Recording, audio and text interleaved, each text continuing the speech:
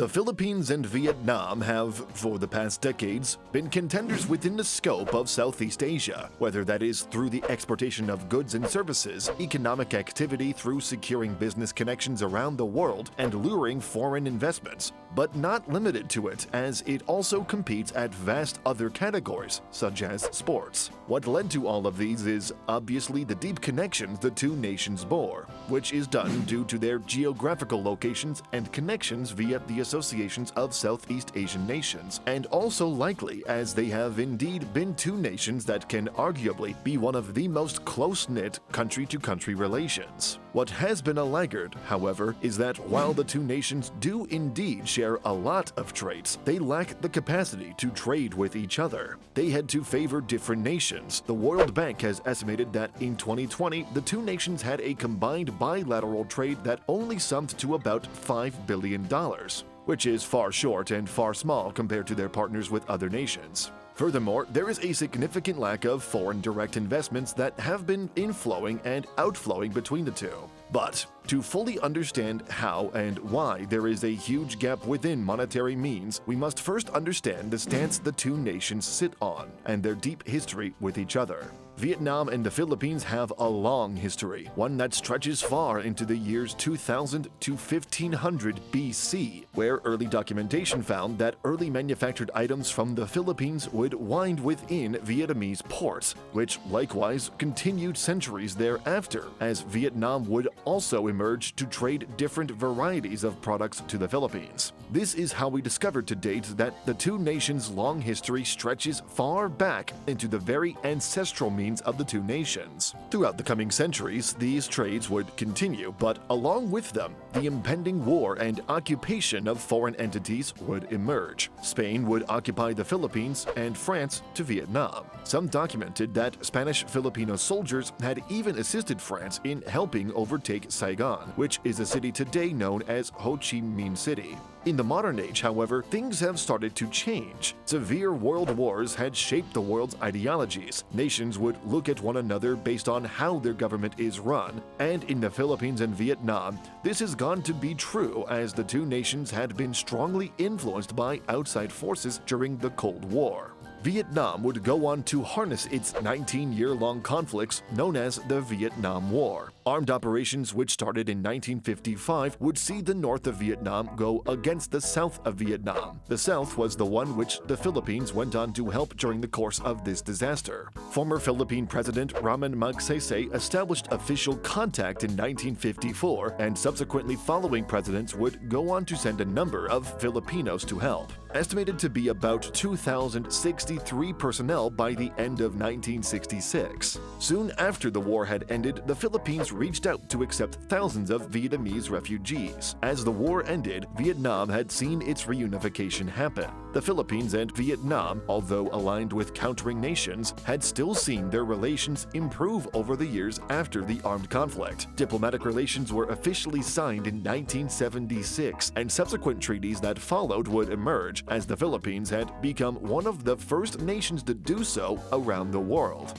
Throughout the decades that follow, the two nations had tried to consistently form strategic partnerships with one another, promoting bilateral economic and trade cooperation, with Vietnam being urged to collaborate within the Philippines' BPO and KPO markets, and the two nations to join forces to help develop its startup economy. But not limited to its economic activity, it has also been said that the two nations had pushed for sharing their education and culture means. What has been a figure amongst the people, on the other hand, is the exportation of rice from Vietnam to the Philippines. Vietnam has, in recent years and over the course of the last decades, emerged to become one of the biggest rice producers around the world, and Vietnam today stands as the single largest exporter of rice to the Philippines. At one point in 2019, contributed to over 85% of the total import of rice the Philippines needed. Although this by some groups is seen as a terrible idea, as the Philippines should have instead relied locally upon, the Philippines still, however, chose to use the capital money to buy out foreign goods rather than pressing their own local producers.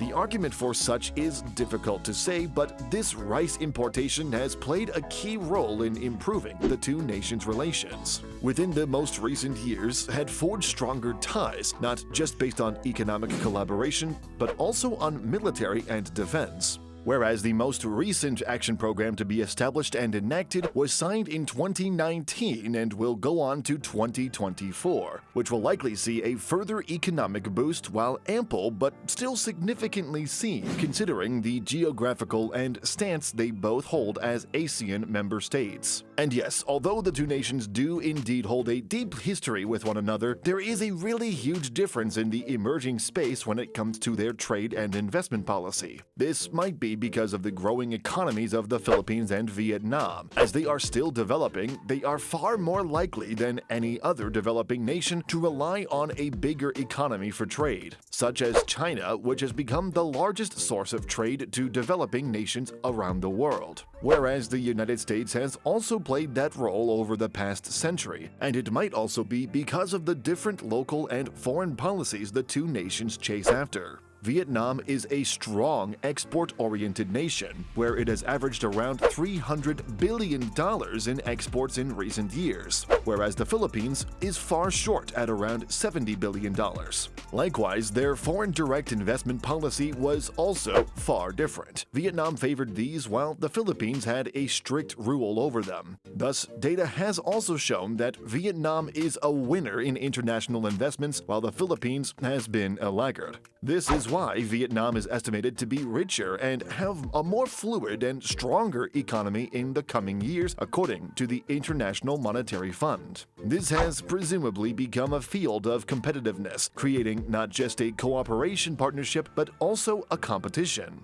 With competition alike, this has also been evident within the business collaboration of the two, meaning regional expansion of local firms, with Vietnam always being eyed by conglomerates from the Philippines, as firms such as Ayala Corporation have been looking forward to the nation of Vietnam as it enters its utility sector, priming investments onto infrastructures, water, and solar. Ayala is just one of the many more Philippine-based firms that have been entering Vietnam's market. Vietnam, on the other hand, while having indeed done some regional expansions in the past, has set its most significant sights on the world stage. Its profound and largest corporation, known as Vingroup, emerged after it had grown out of its electric vehicle business known as VinFast, which today holds vast key interests within Europe, North America, and other nations across Asia, which is all being done very fast. The future of the two nations' relationship, however, is going to play a crucial role. This is because the two share a special bond with one another, and it is being influenced heavily by threats of outside forces. This is how their military assistance with one another has emerged, and with the continuous threat, it will likely be the two nations' reliance on one another to continuously grow.